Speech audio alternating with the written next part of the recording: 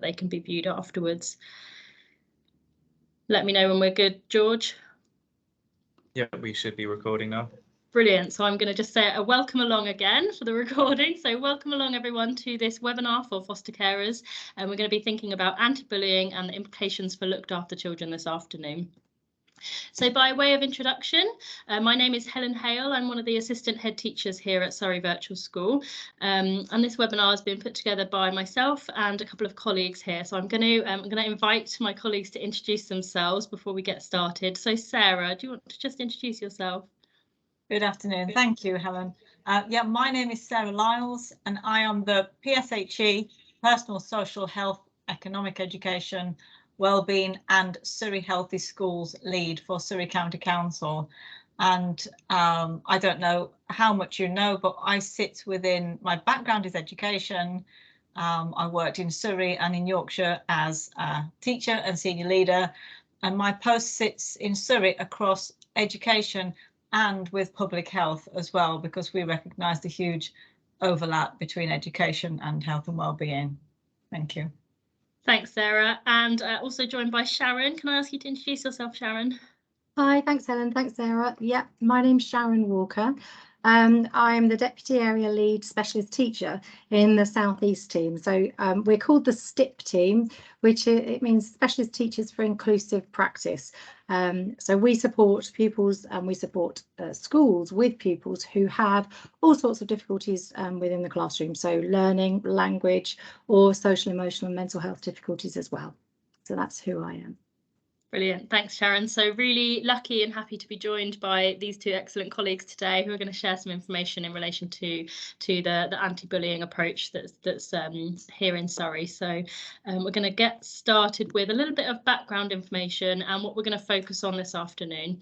So the reason we're having the webinar this afternoon, we're going to look at some of the views of our care experienced children and young people and the vulnerabilities of this group of children and young people that may make them more vulnerable, more susceptible to experiencing bullying.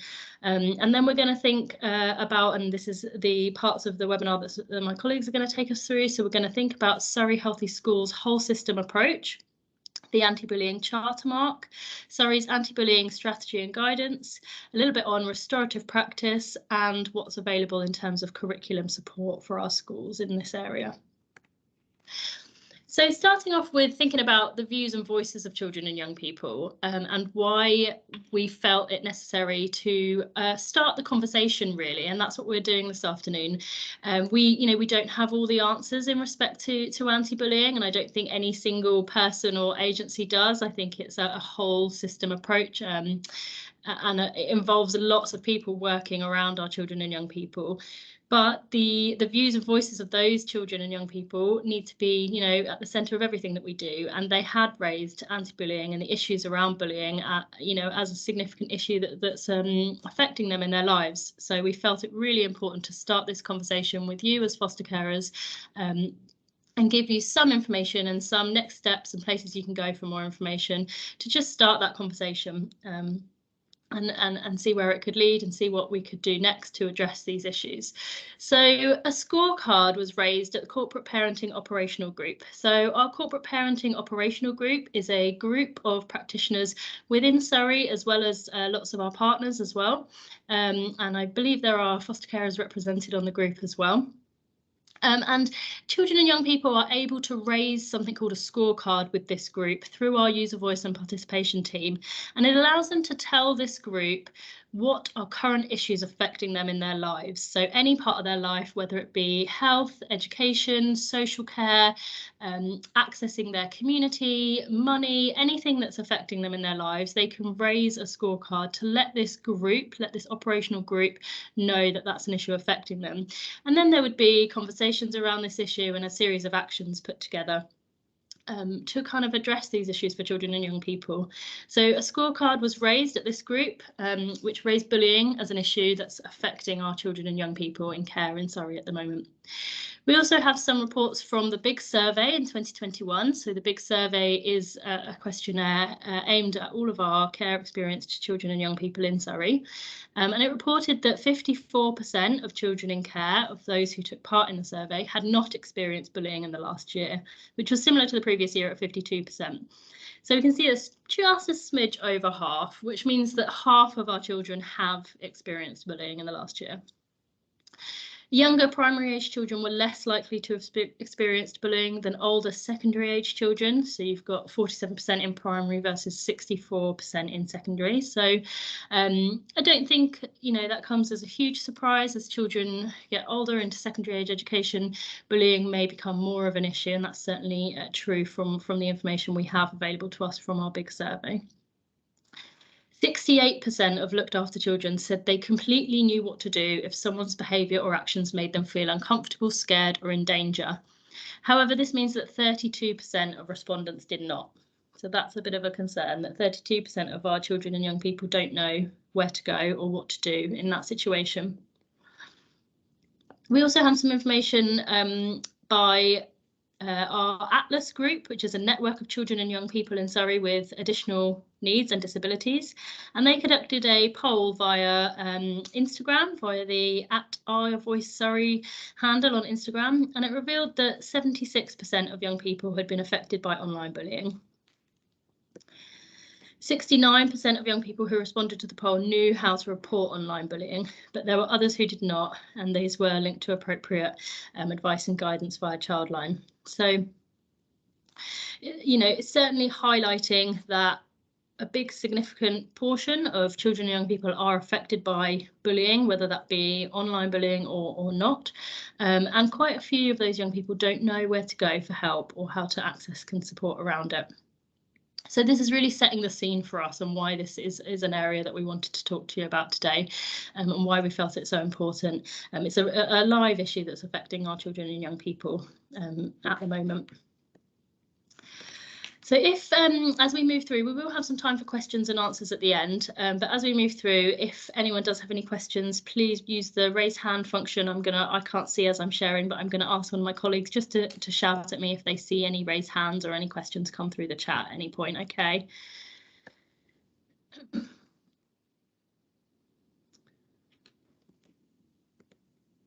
Right, I'm going to just hand over to Sarah now, because we're going to think about our Surrey Healthy Schools approach, and Sarah's going to introduce that and talk how it links with our anti-bullying approach in schools for you this afternoon.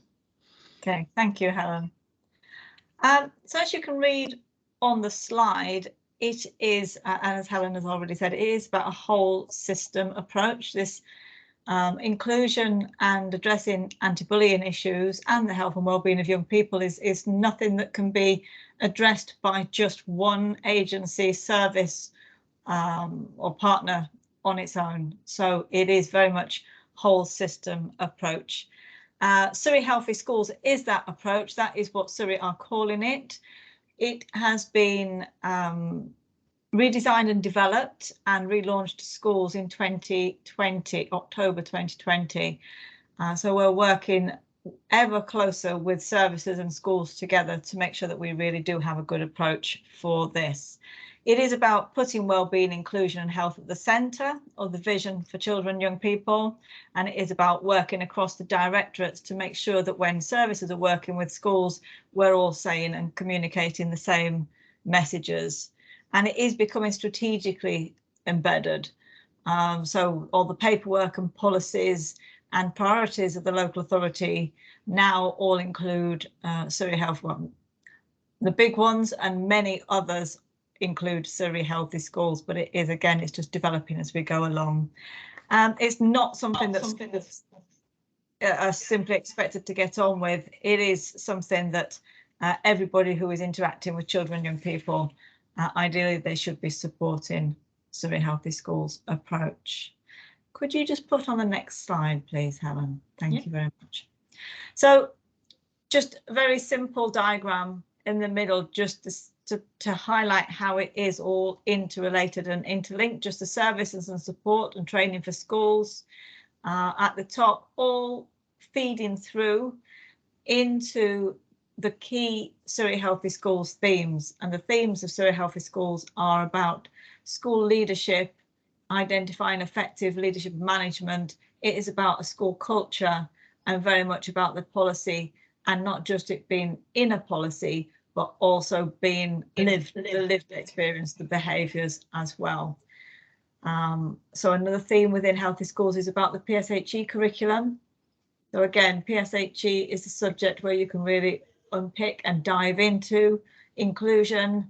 The children can take part in lessons around inclusion, anti-bullying, trusted adults, and signposting to legitimate and credible agencies. But actually it's about the school protocol as well. Who do the children see and speak to in the school, and can they speak to somebody at home, whoever that might be? So again, it's just seeking support and communicating, and very interesting statistics, and I think they're kind of mirrored nationally. Actually, about 50% of young people report being bullied within the year, and many of them knowing who to turn to, how to report it, and what can be done.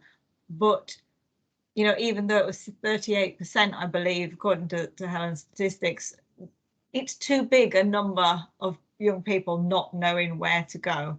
So again, we do need to be doing a lot of work. It's okay to say 70% no, but 30% don't. So we need to address that.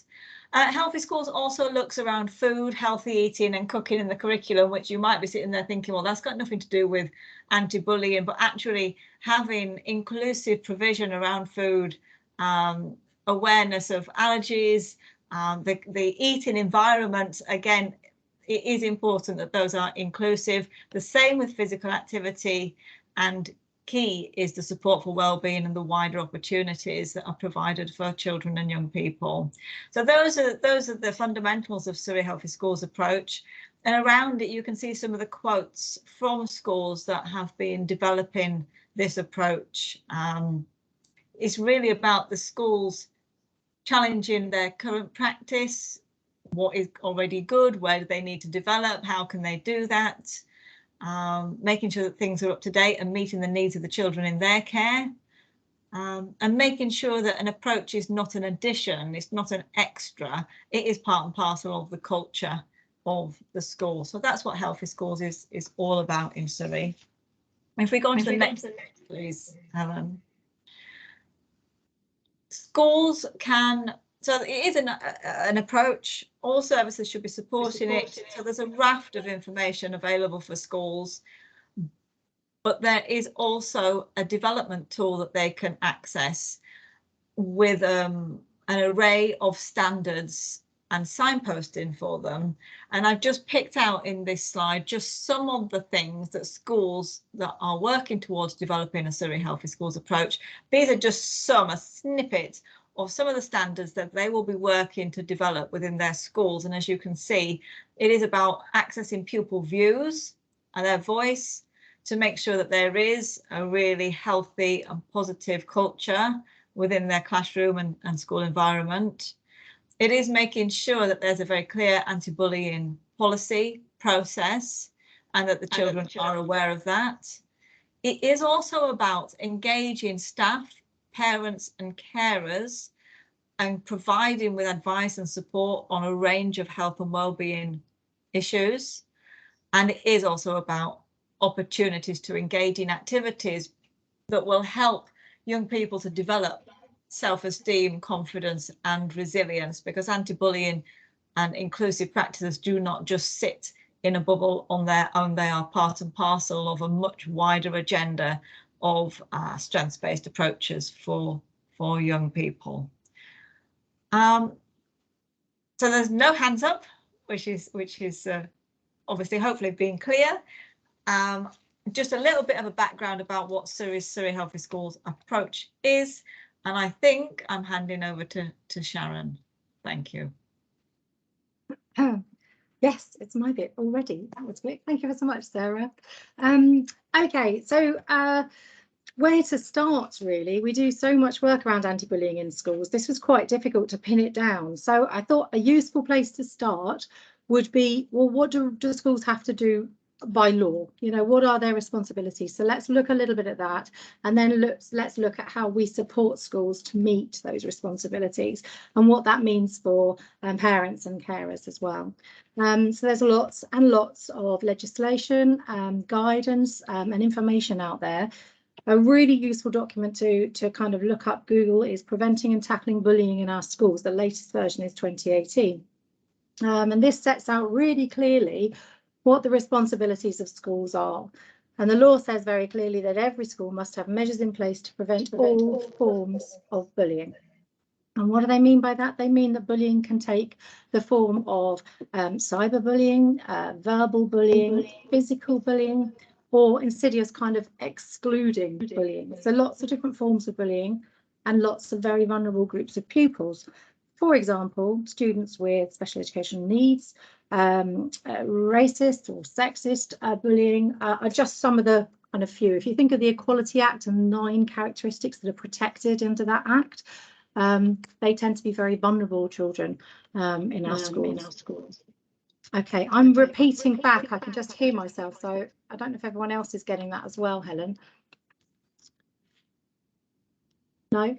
I'll carry on. I think so. No, I could just hear myself coming back. That's okay, I'll carry on. Everybody is on mute. Okay, that's okay. Yeah, I'll try to myself. That's all right. Do you want to share again? Yeah, will do. So, preventing and tackling bullying in schools says very clearly that schools need to deal with bullying when it does occur. In order to be able to do that, obviously they have to be able to recognise what is bullying behaviour and what isn't. Understand what might be communicated through children's behaviour. Can I Jen? It's got worse. Yeah. I can hear myself. It sounds absolutely fine to me. I'm not sure. I'm not getting any echo. So yes, lots of echo from one of our participants. Okay, I don't know how to resolve that.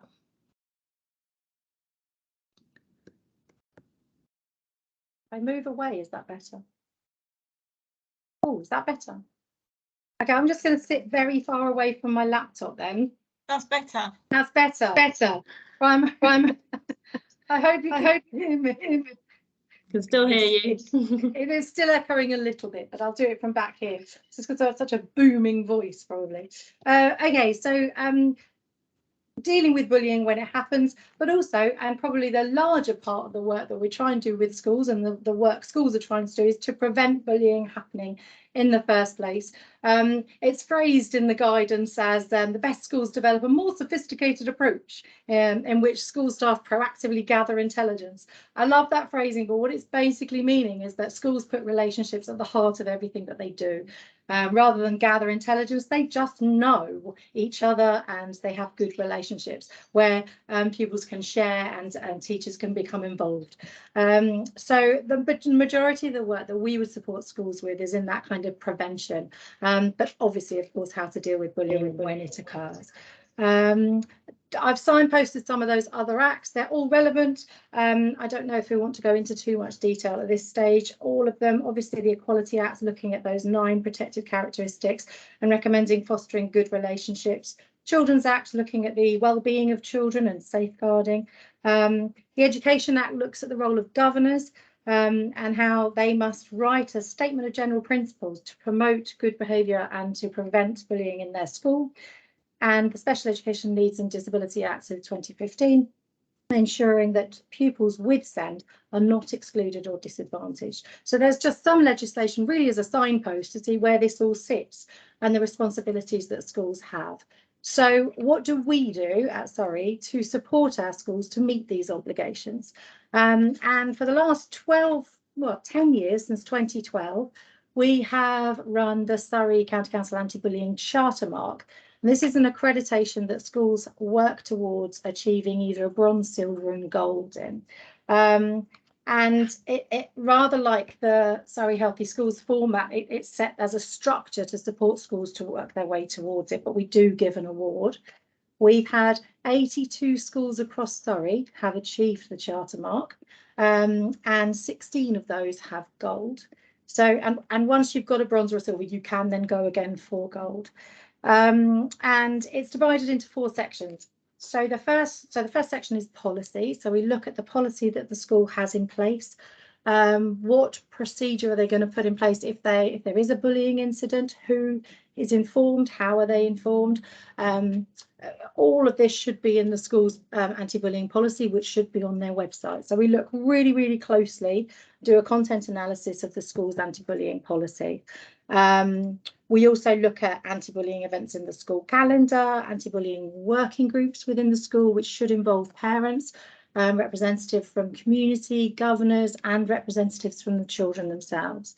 And we also look really closely at the recording and reporting procedure to make sure that the school have got records of kind of who's involved over time, so patterns can be spotted. So it's a real working with to make sure that they have all that they need in order to put things in place to prevent those behaviours occurring again. And it's linked really closely to the complaints procedure as well. So their complaints procedure should always be in their anti-bullying policy. The second section is support, and I am really pleased. I've done the accreditations for 9 years, and in that time, all the schools that I've accredited, support is where they really do well. In South East Surrey, I can particularly say. But across the board, across Surrey, that's the area where we're looking at the things and interventions that are in place to support pupils. So you're looking at emotional literacy support groups, you're looking at one-to-one interventions or small group interventions, learning things like social skills or managing strong feelings or managing conflicts. So that kind of support for anybody that's involved in any bullying incident. And our schools in Surrey do really well, particularly in that section, which is really lovely to be able to share. Again, it's a focus on relationships. It's a focus on building relationships between students, between staff, between families, parents and staff and students. We look at things like, do they have peer mentors or playground buddies? We look at things like how involved are the parents in kind of any restorative intervention afterwards, or just in the curriculum, do parents coming in to help out, school trips, those kind of involvements. So that's the support. The curriculum is, we're really strong that anti-bullying and emotional literacy shouldn't just be in PSHE, although PSHE is an incredibly invaluable kind of lesson for it to be explored within. But there are lots of opportunities within our history, geography, around the world events, where behaviours can be explored and understood and children can learn from them. So we look very much to see anti-bullying work across the curriculum in our schools, not in one area only. And then lastly, training. We do a lot of consulting with schools and we do a lot of training. I do anti-bullying workshops for parents, anti-bullying workshops for year 6s going up to secondary, and for year 6 teachers to support with that transition. We also do restorative practice training. Surrey is or tries to be restorative in all its services, and we really encourage our schools to be restorative, which basically means putting relationships at the heart of everything they do. And so that training really refers to the restorative training that STIPs can provide. There are other people that can provide that training for our schools as well, but we can provide that. There's a link there just to the charter mark pages on Surrey's website. Thank you, Helen. And I just wanted to include this. This is just signposting really for you. There's lots of information on the Surrey website. Surrey has an anti-bullying statement that all bullying behaviour is unacceptable, whether it's at home or school. So this applies to staff, parents, students, or whole community within Surrey. And this is really clearly on the website. So I'm really just signposting it for you. And also some resources that are on the website. You can see there one of the pages is the LGBTQ plus resources and websites, which is for families as well as schools. And then we have the anti-bullying strategy and guidance, which is the actual documentations that school can read through. They're quite hefty documents, so I didn't want to kind of share too much from that on here. Okay, I think that's probably enough about legislation and guidance. I'm echoing again.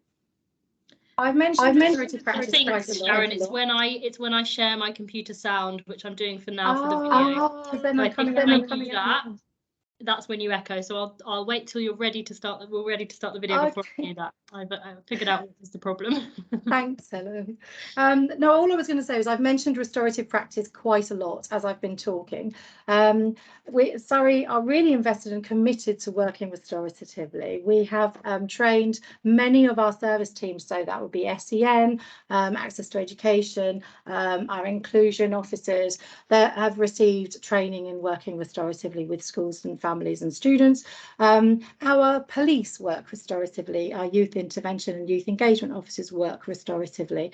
Our youth offending team, our youth support team, family support teams work restoratively. So it's across the board, it's not just in education, but we really encourage our schools to work as restoratively as possible. So, but rather than me sit here and try and explain all that to you, I've found this animation which I think explains it really clearly. So I'm going to play that instead. Yeah, thanks, Ellen. I'm going to turn on my computer sound and hopefully this will work and we'll all be able to hear the video, but do shout if you can't hear it.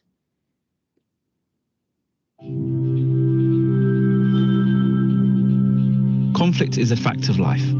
Wherever we live and whoever we spend our time with, none of us can avoid it or its consequences completely. But when we ignore the complex causes of conflict, we fail to prevent it from arising again. The pain and anxiety of it lingers. Many of us have come to fear conflict. The way it makes us feel, the way it erodes our self-esteem, damages our relationships, and impacts the people around us. When conflict arises, we often focus on who is right and who is wrong, who is the victim and who is the perpetrator, who broke the rules, who should apologise and who should be punished. By using restorative approaches, we can guide those involved to a genuine and lasting resolution, while at the same time equipping them with the skills to successfully navigate conflict throughout their lives. It takes patience, skill, and empathy to involve all parties, a commitment to listening hard and seeking common ground. But through restorative approaches, you can discuss and map the key events and emotions that lead to conflict, recognise its impact on relationships, and empower everyone involved to find the best path out of it, repairing as much harm as possible on their way. You can provide them with a new perspective from which to understand how their conflict affects other people, directly and indirectly, and to see the harm that unresolved conflict can do to friendships, families, and communities. From there, the focus is on finding real solutions, not taken from a rule book, but tailored to individual needs.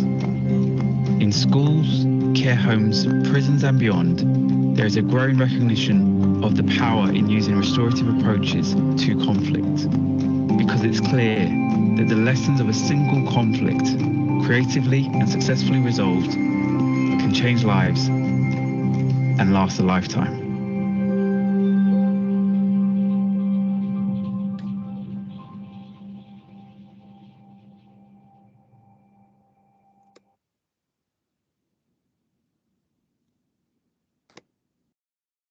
I'm just waiting until you say, yes, I've stopped sharing sound. I have, and you're good.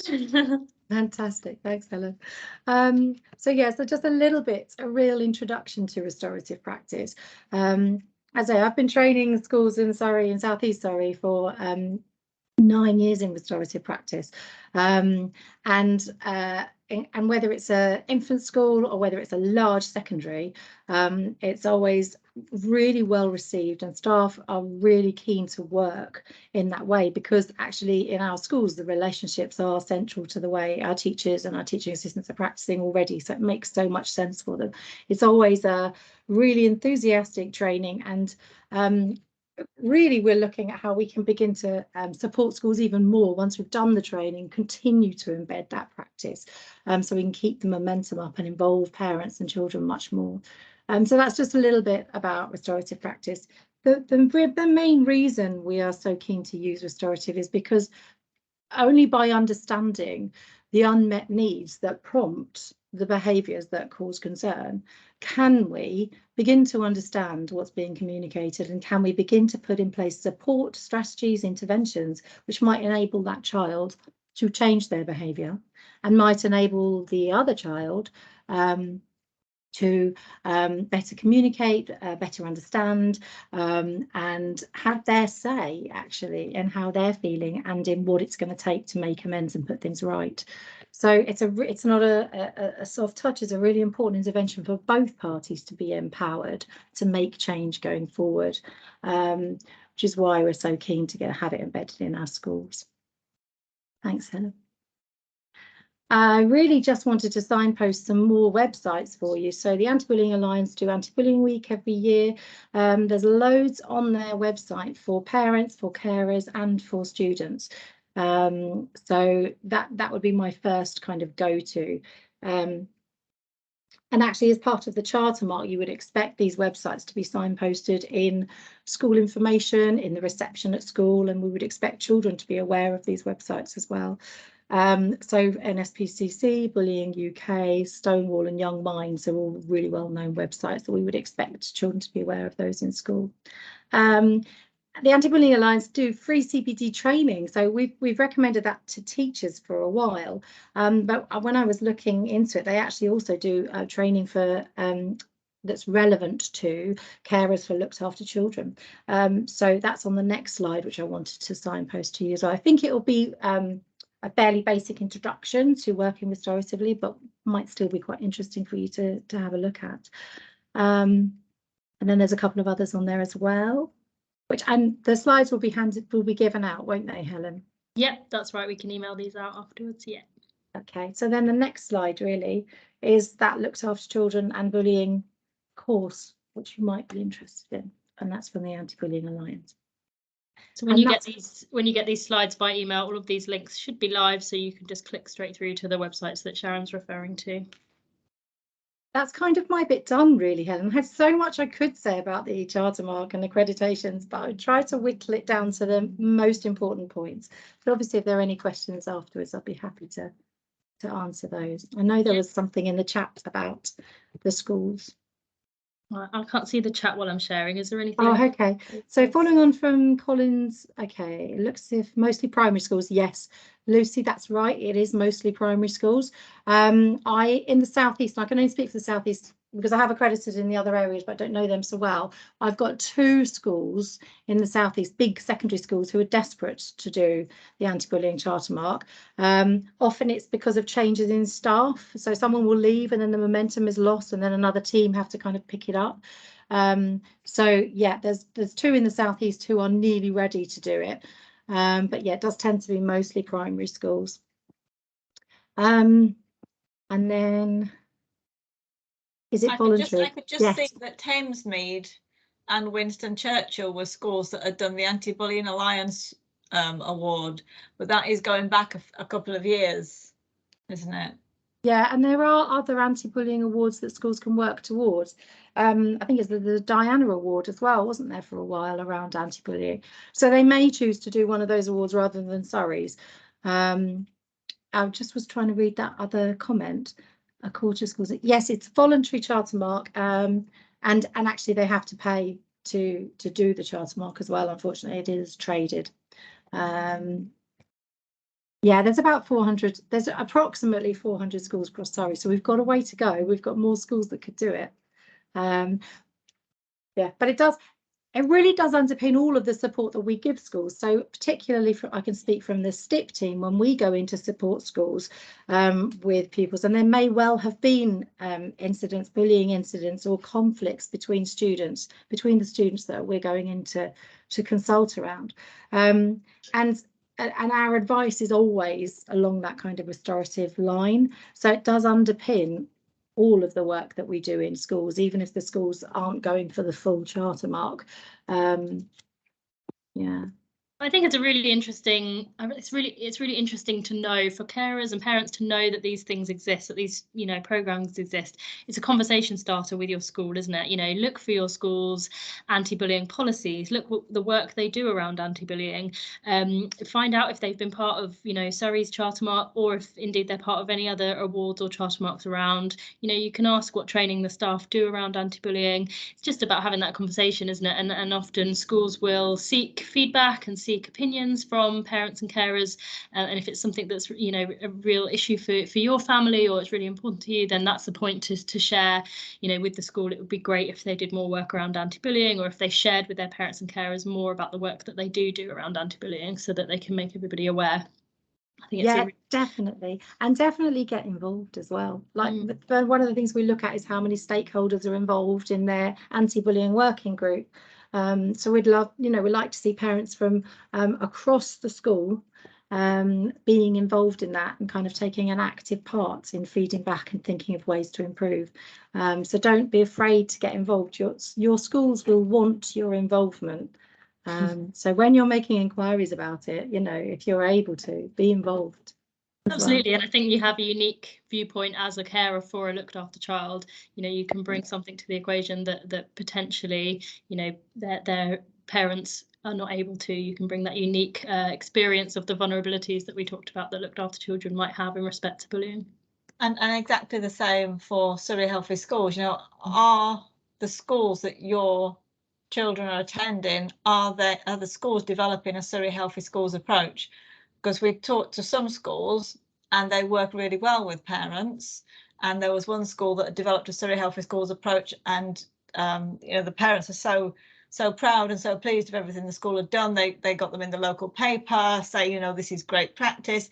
And then I talked to other schools, and they kind of said, oh, share it with the parents, but this is what we do all the time. And so some of the schools actually don't always fully grasp the importance of actually saying this is what we do and this is where we're at. So again, questions that you ask, they should welcome the engagement, and if you can support them with your insights, it would be really helpful.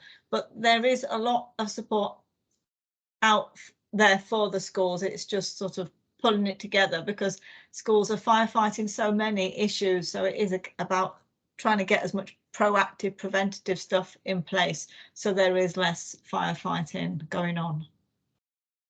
Yeah, brilliant. Thank you both. I'm just going to talk a little bit more about the curriculum support that's available for schools. So I know that both Sarah and Sharon have touched on this part of the Healthy Schools programme, and it's certainly curriculum is certainly part of the anti-bullying charter mark that Sharon was talking about.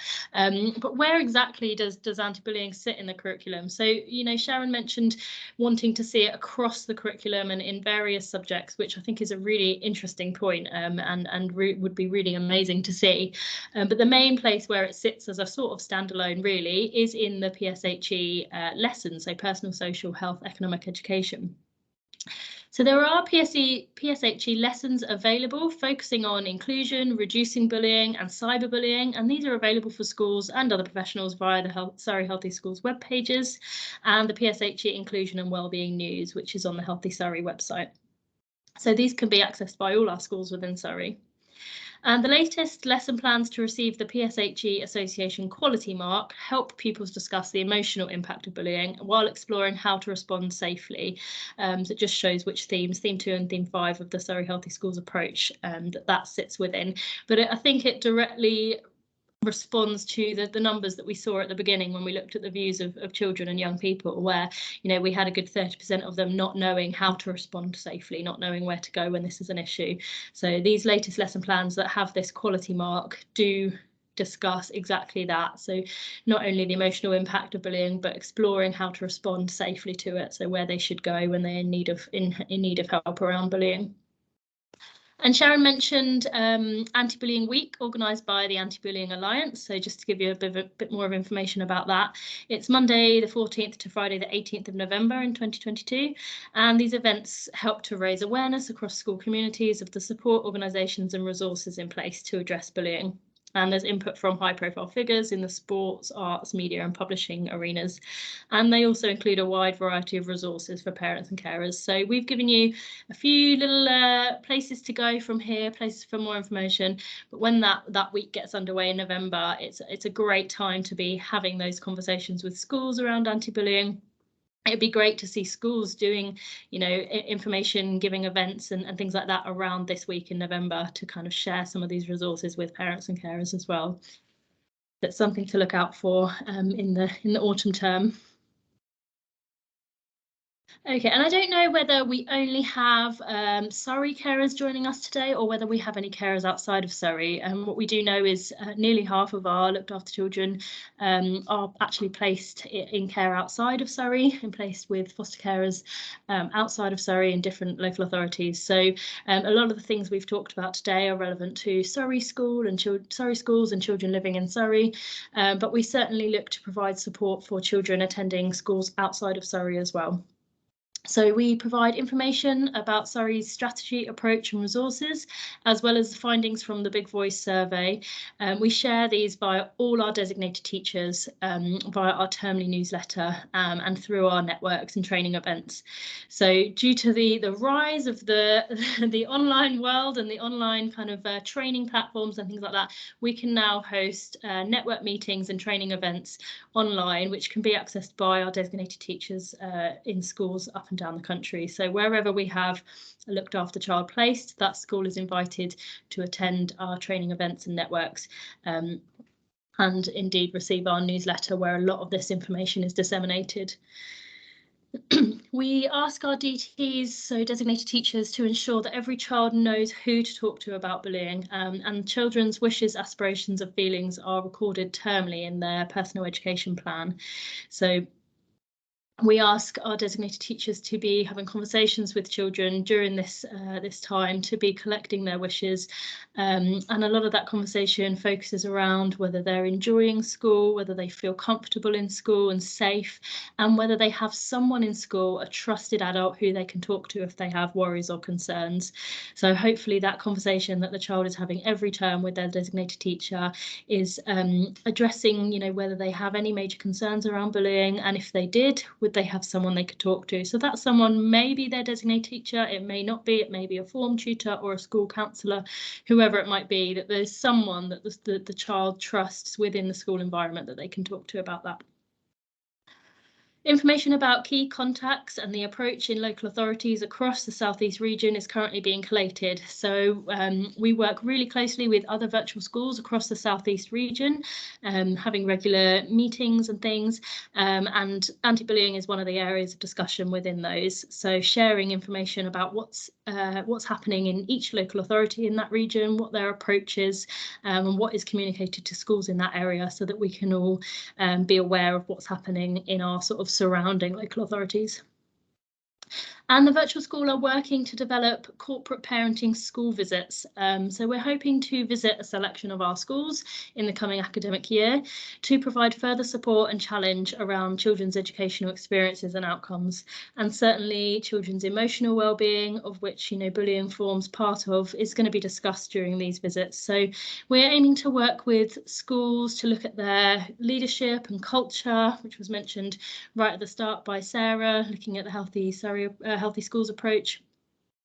And we're going to be looking at how their governance, how their leadership, how their culture ensures that all children are happy, safe and confident in school, but particularly are looked after children, or previously looked after children, or children with a social worker, so that schools are doing everything they can to ensure that those children are doing well in their education. And a huge part of that is ensuring that they feel safe when they're in school.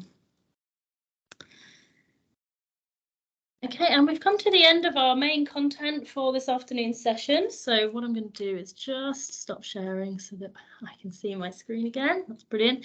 So we've had a lot of information this afternoon, but we're very aware that this is a potentially huge area of work, and we are really just starting the conversation around this. We would really encourage you to go and speak to your children's schools, to have conversations with the children about this work. What do they know about it? Are they aware of any of the websites that have information directly for children and young people around anti-bullying? you know, and how you can be part of that ongoing work with schools going forward. So I don't know if anybody had any questions for us this afternoon. I know we're not a particularly large group, but we're definitely open to any questions you might have. Give you a minute to just pop your hands up or take yourselves off mute if you did have any questions.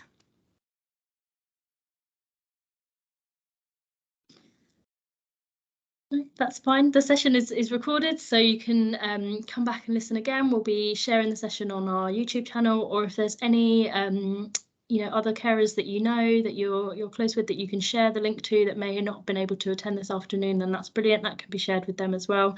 And we'll send out the slides, which has the links to all those websites and resources that we've talked about as well. So if there aren't any further questions, we'd just like to thank you for attending this afternoon, and thank you to Sarah and Sharon for sharing your input as well. And if there is anything further that you want as carers on anti-bullying, if there's anything that we haven't covered today or you want more information on, or any way we could take this content further and we could put on more events or anything like that, then please do come back to us and let us know, because we're very aware that it's a huge area and not wanting to overwhelm people. We've just started the conversation today, but if there's any further direction you want us to take it, or any further information you'd like, then we can absolutely look to do that. So please do let us know. Brilliant. All right, in that case, we'll say thank you very much and have a lovely afternoon. Thank you for joining us, and we'll see you again soon. Bye.